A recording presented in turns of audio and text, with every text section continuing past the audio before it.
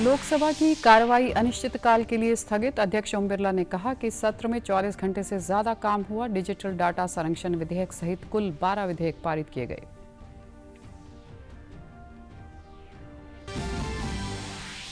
कुरुक्षेत्र विश्वविद्यालय के 33वें दीक्षांत समारोह में पूर्व राष्ट्रपति रामनाथ कोविंद बतौर मुख्य अतिथि हुए शामिल। राज्यपाल और मुख्यमंत्री ने भी की शिरकत। मुख्यमंत्री ने जर्मन भाषा में सर्टिफिकेट किया प्राप्त।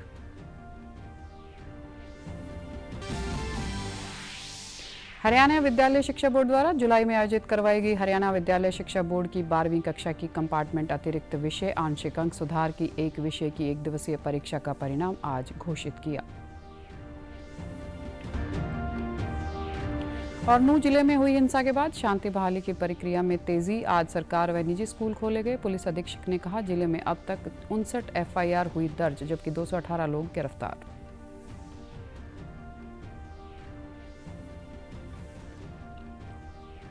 नमस्कार, मैं हूं आरजू। अब समाचार विस्तार से। लोकसभा की कार्रवाई अनिश्चितकाल के लिए स्थगित कर दी गई। तीसरे स्थगन के बाद सदन की कार्रवाई शुरू होने पर अध्यक्ष ओम बिरला ने मानसून सत्र के दौरान हुए कार्यों के बारे में सूचना दी।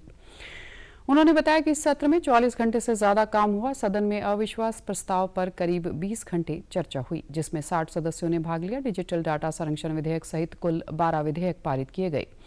वहीं कांग्रेस नेता अधीर रंजन चौधरी को उनके अमर्यादित आचरण के लिए कल लोकसभा से निलंबित कर दिया गया था और मामले को विशेषाधिकार समिति को भेज दिया गया है।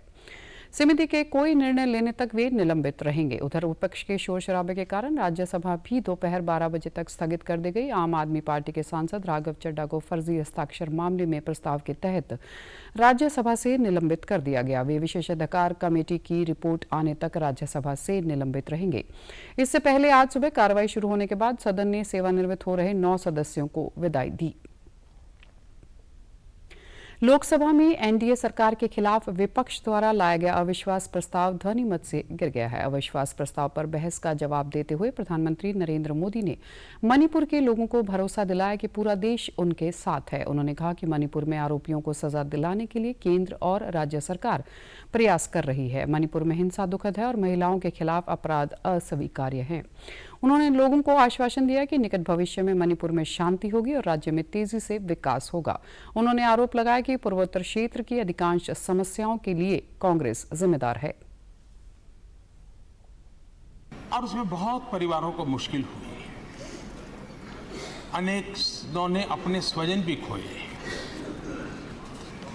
महिलाओं के साथ गंभीर अपराध हुआ और ये अपराध अक्षम्य है और दोषियों को कड़ी से कड़ी सजा दिलवाने के लिए केंद्र सरकार, राज्य सरकार मिलकर के भरपूर प्रयास कर रही है। और मैं देश के सभी नागरिकों को आश्वस्त करना चाहता हूं कि जिस प्रकार से प्रयास चल रहे हैं, निकट भविष्य में शांति का सूरज जरूर उगेगा। प्रधानमंत्री ने आरोप लगाया कि विपक्ष के लिए पार्टी देश से ऊपर है। उन्होंने लोगों की भूख से ज्यादा सत्ता में दिलचस्पी है। उन्होंने दावा किया कि विपक्ष के लोगों के कल्याण के उद्देश्य से लाए गए महत्वपूर्ण विधेयकों पर चर्चा में कोई दिलचस्पी नहीं है। प्रधानमंत्री नरेंद्र मोदी ने कहा कि एनडीए और भाजपा 2024 में शानदार जीत के साथ फिर सत्ता में आएगी। उन्होंने कहा कि 2028 में जब विपक्ष दोबारा अविश्वास प्रस्ताव लाएगा तो देश दुनिया की तीसरी सबसे बड़ी अर्थव्यवस्था बन चुका होगा। गरीब की भूख की चिंता नहीं है, सत्ता की भूख, यही आपके दिमाग पे सवार है। आपको देश के युवाओं के भविष्य की परवाह नहीं है, आपको अपने राजनीतिक भविष्य की चिंता है। और इस अविश्वास पर प्रस्ताव पर भी आपने कैसी चर्चा की। और अध्यक्ष जी देखिए, मजा इस डिबेट का कि फील्डिंग विपक्ष ने ऑर्गेनाइज की, लेकिन चौके छक्के यहीं से लगे। पीएम मोदी के जवाब के दौरान विपक्ष ने वॉकआउट कर दिया। प्रधानमंत्री के जवाब के बाद सदन में अविश्वास प्रस्ताव पर मतदान हुआ, जिसमें प्रस्ताव ध्वनिमत से खारिज हो गया। कुरुक्षेत्र में स्थित कुरुक्षेत्र विश्वविद्यालय के 33वें दीक्षांत समारोह में आज पूर्व राष्ट्रपति रामनाथ कोविंद बतौर मुख्य अतिथि शामिल हुए। राज्यपाल बंडारू दत्तात्रेय, मुख्यमंत्री मनोहर लाल, गुजरात के राज्यपाल आचार्य देवव्रत, उच्च शिक्षा मंत्री मूलचंद शर्मा और गीता मनीषी स्वामी ज्ञानाचंद भी शामिल हुए। समारोह में कुल 1660 विद्यार्थियों को उपाधियां प्रदान की गई। समारोह में 88 विद्यार्थियों को पीएचडी, विभिन्न संकायों के 9 विद्यार्थियों को स्वर्ण पदक व मेरिट सर्टिफिकेट से सम्मानित किया गया। मुख्यमंत्री मनोहर लाल ने भी जापानी भाषा में सर्टिफिकेट प्राप्त किया। पूर्व राष्ट्रपति रामनाथ कोविंद ने अपने संबोधन में कहा कि मुझे यहां आकर देश की युवा पीढ़ी से संवाद का अवसर मिला। कुरुक्षेत्र की इस पावन धरती पर कर्म का उपदेश दिया गया। वे सभी विद्यार्थी सौभाग्यशाली हैं जिन्होंने इस धरा पर शिक्षा पाई है। का अपना एक विशेष महत्व है। यहाँ श्री कृष्ण ने अपनी दिव्य वाणी से श्रीमद् भगवद गीता का संदेश दिया था। धर्म अधर्म के द्वंद्व में फंसे अर्जुन को श्री कृष्ण ने फल की इच्छा को छोड़कर कर्म करने के लिए प्रेरित किया था।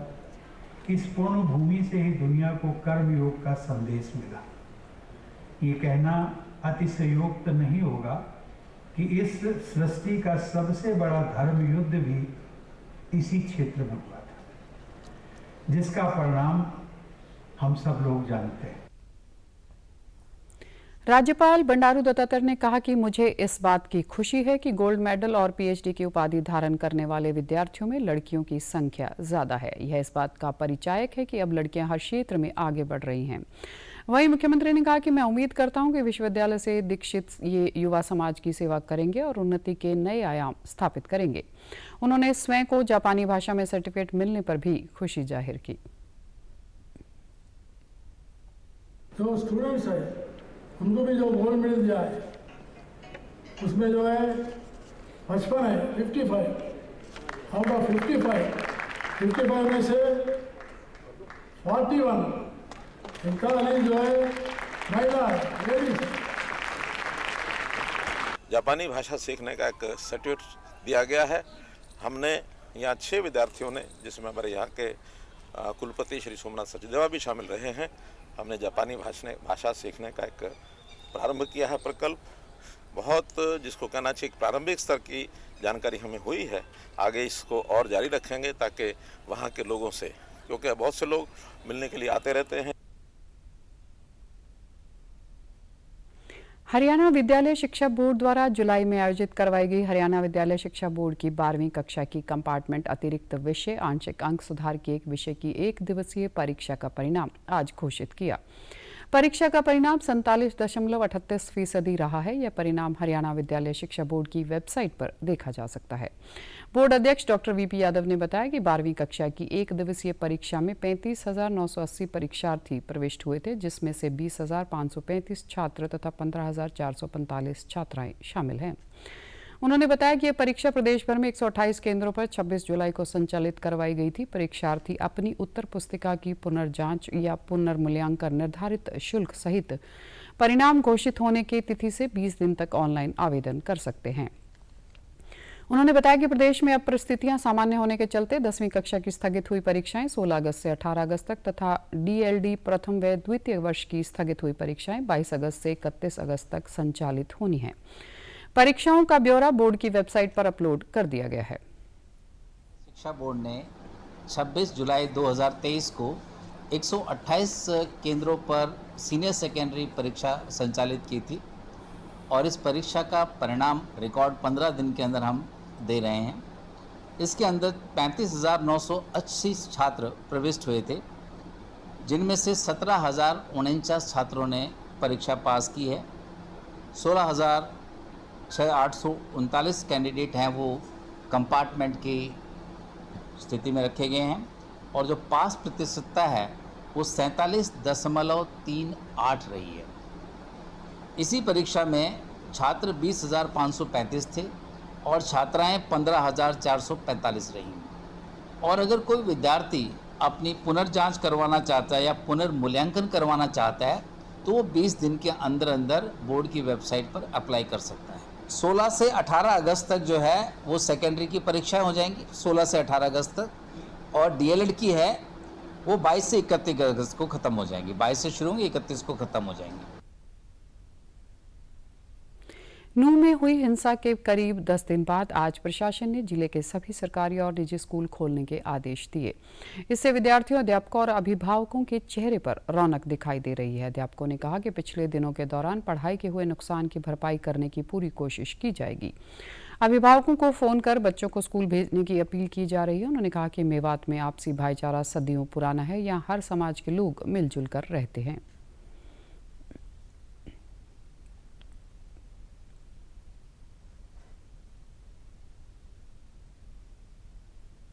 हमारे स्कूल में 1 से 12 में अभी बच्चे हमारे 2700 बच्चे हैं और चूँकि कल आदेश हुआ है बच्चों को भी बुलाना है। 8 तारीख से आदेश हुआ था कि स्टाफ सदस्य आएँ, तो स्टाफ सारे आने लगे और कल का जो आदेश था हमें शाम को कि बच्चे भी अभी स्कूल खुलेंगे तो आएंगे। हमने कल सूचना ग्रुप के माध्यम भेज दी थी। आज भी काफ़ी बच्चे आए हैं लेकिन वो संख्या नहीं है। आज हमारे कम बच्चे आए हैं और आज हमने जो है अपने एसएमसी प्रधान जावेद जी को बुला रखा है।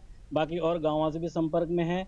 आज मस्जिद में भी हम ऐलान करवा रहे हैं और हमें पूरी उम्मीद है कि सोमवार से पूरी की पूरी संख्या हमारी आ जाएगी, क्योंकि कल सेकेंड सैटरडे और परसों संडे की छुट्टी है।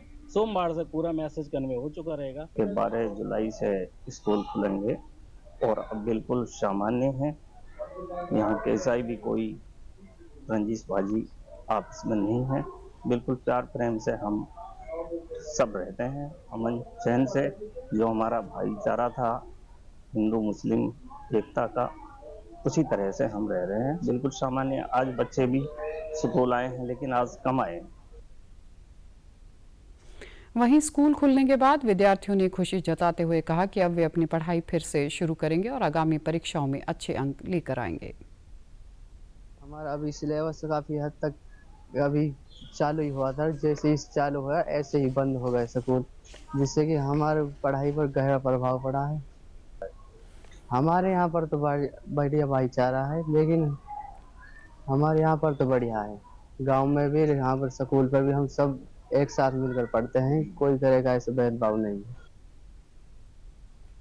उधर पुलिस अधीक्षक ने बताया कि अब हर दिन कर्फ्यू में सुबह 7 बजे से 3 बजे तक बाजार खोलने की छूट दी गई और बसों की आवाजाही शुरू हो गई है। बैंक व एटीएम भी शहरों और कस्बों में खुले हुए हैं। अब तक जिले में 59 FIR दर्ज की गई हैं, जबकि 218 लोगों को गिरफ्तार किया गया है। नई दिल्ली के प्रगति मैदान में आज हर घर तिरंगा बाइक रैली का आयोजन किया गया, जिसमें केंद्रीय मंत्री और सांसद शामिल हुए। उपराष्ट्रपति जगदीप धनखड़ ने तिरंगा बाइक रैली को हरी झंडी दिखाकर रवाना किया। यह रैली मेजर ध्यानचंद स्टेडियम में समाप्त हुई। इस अवसर पर उपराष्ट्रपति ने सभी को राष्ट्र को हमेशा पहले रखने का आह्वान किया। उन्होंने कहा कि इसमें कोई संदेह नहीं है कि 2047 में जब भारत अपनी आज़ादी के 100 साल पूरे करेगा तो वह दुनिया में शीर्ष पर होगा। उन्होंने कहा कि युवा पीढ़ी को नेतृत्व की जिम्मेदारी देनी होगी ताकि देश की विकास यात्रा को मजबूती से आगे बढ़ा सके।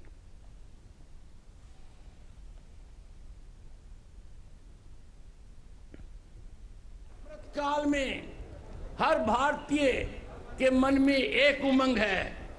भारत जब 100 साल पूरे करेगा अपनी आजादी के, भारत 2047 हमारा स्थान विश्व में शीर्ष पर रहेगा। प्रधानमंत्री जी ने हर घर तिरंगा के कैंपेन के बारे में जो मार्मिक बात, जो महत्वपूर्ण बात अपनी मन की बात में कही, उसने हर भारतीय के दिल को छुआ है। संस्कृति और पर्यटन मंत्री जी किशन रेड्डी ने लोगों से अपने घरों पर तिरंगा फहराने का आग्रह किया। वहीं केंद्रीय मंत्री अनुराग सिंह ठाकुर ने कहा कि हमें देश को स्वर्णिम काल की तरफ लेकर जाना है। विदेशों में संकट के दौरान दुनिया के देशों ने भी तिरंगे की ताकत को देखा है। कश्मीर से लेकर देश के हर कोने में हर घर तिरंगा लहराया। यूक्रेन की युद्ध की भूमि में तिरंगे की ताकत को दिखाया जब 23,000 छात्र छात्राओं को सुरक्षित बाहर निकाल कर लाए। इसके अलावा दुनिया भर के देश के लोग तिरंगा हाथ में पकड़कर सुरक्षित निकले। ये बढ़ते भारत के कदम और तिरंगे की ताकत है। तिरंगे के लेकर आज देश की राजधानी में सभी सांसदों से आह्वान किया था, लेकिन कांग्रेस और घमंडिया गठबंधन के कुछ लोग वो इसमें शामिल नहीं हुए। वो दल के दलदल में फंसे हैं। हमारे लिए दल से बड़ा देश है। आजाद का अमृत महोत्सव का कार्यक्रम के संदर्भ में देश भर में अपने अपने घरों के ऊपर अपने तिरंगा लहराकर फिर एक बार देश का एकता और अखंडता और देशभक्ति का प्रकट करने का मौका मिला है। इस संदर्भ में आज से लेकर 15 अगस्त तक देश भर में हर गांव में, हर स्कूल के, हर एजुकेशन इंस्टीट्यूशन, हर शहर, हर मेला तिरंगा यात्रा निकलेंगे। उप मुख्यमंत्री दुष्यंत चौटाला ने कल 2024 के चुनाव की तैयारियों के मद्देनजर जननायक जनता पार्टी द्वारा यमुनानगर के रादौर में आयोजित विजय संकल्प रैली में बतौर मुख्य अतिथि शिरकत की। कार्यक्रम के बाद एक पत्रकार वार्ता में दुष्यंत चौटाला ने कहा कि आज कार्यकर्ताओं को पार्टी संगठन को मजबूत करने के निर्देश दिए हैं। उन्होंने कहा कि पार्टी हर बूथ पर एक महिला को बूथ सखी और एक युवा को बूथ योद्धा बनाएगी ताकि वो बूथ स्तर की समस्याओं को संगठन तक पहुंचा सके। वहीं नूंह में हुई हिंसा पर उन्होंने कहा कि प्रदेश सरकार पूरी मुस्तैदी के साथ काम कर रही है और आज भी इस मामले में राजस्थान से गिरफ्तारी की गई है। हिंसा में शामिल दोषियों को किसी भी कीमत पर बख्शा नहीं जाएगा।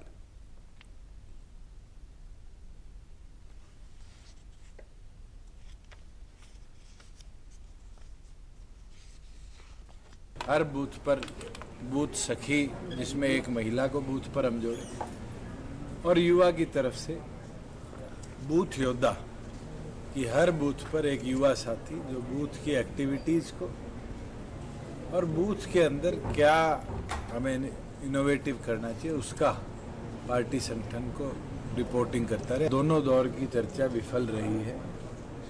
अगर पॉजिटिव सोच के साथ वो चर्चा करेंगे तो जरूर निष्कर्ष निकलेगा। एडवांस ही रहेगी तो निष्कर्ष नहीं निकलेगा। अगर 6 घंटे के अंदर पूरा मामला कर्टेल हुआ और आज तक कोई इंसिडेंट नहीं वहाँ हुआ, ये सरकार की मुस्तैदी थी। और निरंतर जो जो दोषी हैं, आज राजस्थान से भी हमने दोषियों को दर्ज पहुँचा है, किसी को छोड़ा नहीं जाएगा। जिसने ये प्लान किया, जो मास्टरमाइंड थे, उन सब के खिलाफ सख्त कार्रवाई। भारी बारिश और बाढ़ से खराब हुई फसलों के मुआवजे के संबंध में उप मुख्यमंत्री ने कहा कि अभी तक करीब 4 लाख से अधिक किसानों ने क्षतिपूर्ति पोर्टल पर अपना पंजीकरण भी करवा दिया है और जिन किसानों ने अभी तक डाटा अपलोड नहीं किया तो वे 18 अगस्त से पहले पोर्टल पर डाटा अपलोड कर दें। उन्होंने कहा कि सरकार का 7 सितंबर से पहले प्रभावित किसानों को उचित मुआवजा दे देने का प्रयास है।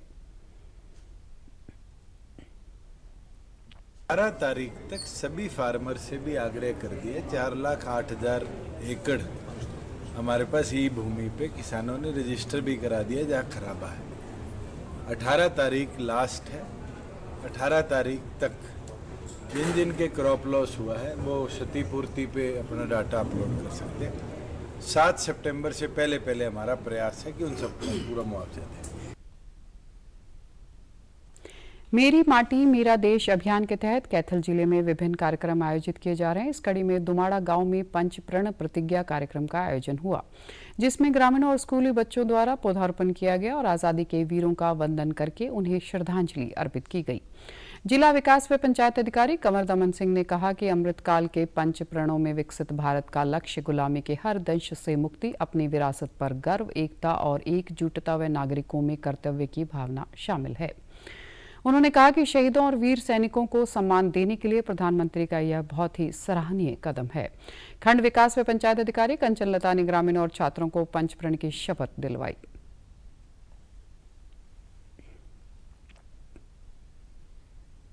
आज पंचप्रण 5 प्रण लिए हैं कि हम देश की आज़ादी के लिए, देश के विकास के लिए, अपने गांव के विकास के लिए, उसकी साफ सफाई में विशेष ध्यान रखेंगे। इसी प्रकार से हमने आज अमृत महोत्सव, अमृत वाटिका मनाया गया है, जिसमें हमने अलग अलग किस्म के पौधे लगाए गए हैं, जिन्हें हमारे स्कूल के अध्यापक, बच्चे व पंचायत संभालेगी। श्री फलकम में हम लोग उन वीरों को याद कर रहे हैं जिसको बहुत सारे लोग जानते भी हैं और कई सारे ऐसे लोग भी हैं जो अनजाने हैं। उन अनजाने फ्रीडम फाइटर्स को याद करना, ताकि बच्चों को, देश को, हम उन लोगों को याद कर पाएं, उनके योगदान को याद कर पाएं और हम आगे की आने वाली जो पीढ़ी है उनको उनके योगदान के बारे में बता पाएं। वहीं ग्रामीणों ने कहा कि प्रधानमंत्री नरेंद्र मोदी ने देश के स्वतंत्रता सेनानियों को सम्मान देने और आने वाली पीढ़ी को शहीदों के बारे में जागरूक करने के लिए देश में सराहनीय अभियान शुरू किया है।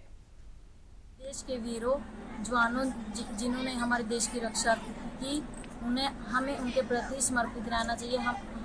हमने याद करना चाहिए। उनकी याद में हमने हर वर्ष हमारे जो ये प्रोग्राम होते हैं 15 अगस्त 26 जनवरी, इन पर हमें अपने सम्मानित करना चाहिए। प्रधानमंत्री जी द्वारा शुरू किया गया है, उस प्रोग्राम में आज मेरी दादी जी को सम्मानित किया गया है। मेरे दादाजी जो कि मेजर रिटायर्ड थे और उन्होंने कारगिल की लड़ाई में भी काफ़ी सहयोग दिया था। तो मैं आज अपने भरे दिल से प्रधानमंत्री जी का धन्यवाद करना चाहता हूँ। मेरी माटी मेरा देश कार्यक्रम के तहत पलवल जिले के होडल क्षेत्र के औरंगाबाद गांव में भी कल कार्यक्रम का आयोजन किया गया। इस अवसर पर हरियाणा भूमि सुधार एवं विकास निगम के चेयरमैन जगदीश नायर ने शहीदों को श्रद्धांजलि अर्पित करते हुए कहा कि देश की आज़ादी को 75 वर्ष होने के उपलक्ष्य में सरकार आज़ादी का अमृत महोत्सव मना रही है। इसी श्रृंखला में मेरी माटी मेरा देश कार्यक्रम का आयोजन किया गया। उन्होंने कहा कि राष्ट्र को समर्पित इस कार्यक्रम को लेकर लोगों में जोश और उत्साह बना हुआ है। गांव में अमृत वाटिका बनाई गई जहां 75 पौधे लगाए गए हैं। वहीं कार्यक्रम में शामिल जिला परिषद के सीईओ ने कहा कि इसके माध्यम से सभी लोगों में देश प्रेम की भावना जागृत करना और अपने देश की माटी के प्रति प्यार को बढ़ाना है।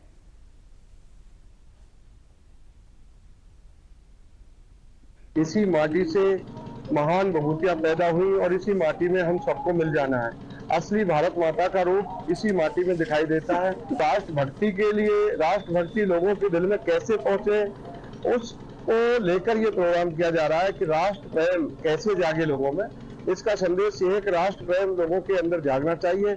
हम समय समय पर शहीदों की याद में कोई ना कोई प्रोग्राम करें जिससे राष्ट्र के प्रति लोगों की भावना जागृत होती है। पौधों की एक अमृत वाटिका भी जो है वो लगाई जा रही है और पंच प्रण के तौर पर जो हमारे माननीय प्रधानमंत्री महोदय जी ने आज कहा है कि शपथ सभी ग्रामवासी, सभी युवा, सभी बुजुर्ग, महिलाएं, बच्चे सब आज के उसमें जो है पंच प्रण लेंगे। सभी लोगों में देश प्रेम की भावना भरना, अपनी मिट्टी के प्रति जो हमारा प्यार है उसको हमें और ज़्यादा बढ़ाना और अपने देश के लिए अपने युवाओं को एक संदेश देना कि कैसे देश के विकास के लिए वो अपना योगदान दे सकते हैं।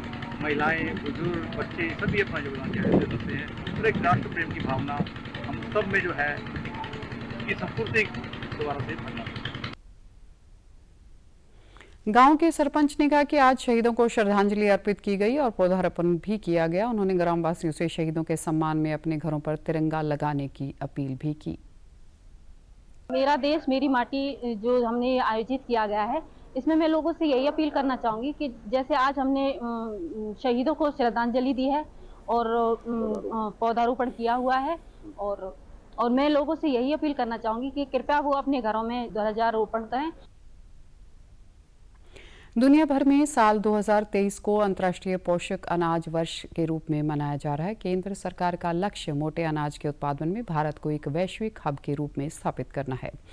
इसी कड़ी में जींद जिले के नरवाना हलके का कृषि व किसान कल्याण विभाग गांव-गांव जाकर किसानों को मोटे अनाज के प्रति जागरूक कर रहा है। बेलरखा गांव में विभाग की ओर से किसान जागरूकता शिविर का आयोजन किया गया। कृषि विभाग के एसडीओ बलजीत लाठर ने किसानों को मोटे अनाज की जानकारी देते हुए उसके अधिक उत्पादन और खान-पान में शामिल करने के लिए प्रेरित किया।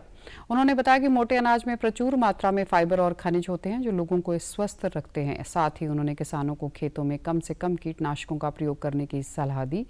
मोटे अनाज में लागत कम होती है और मुनाफा अधिक होता है।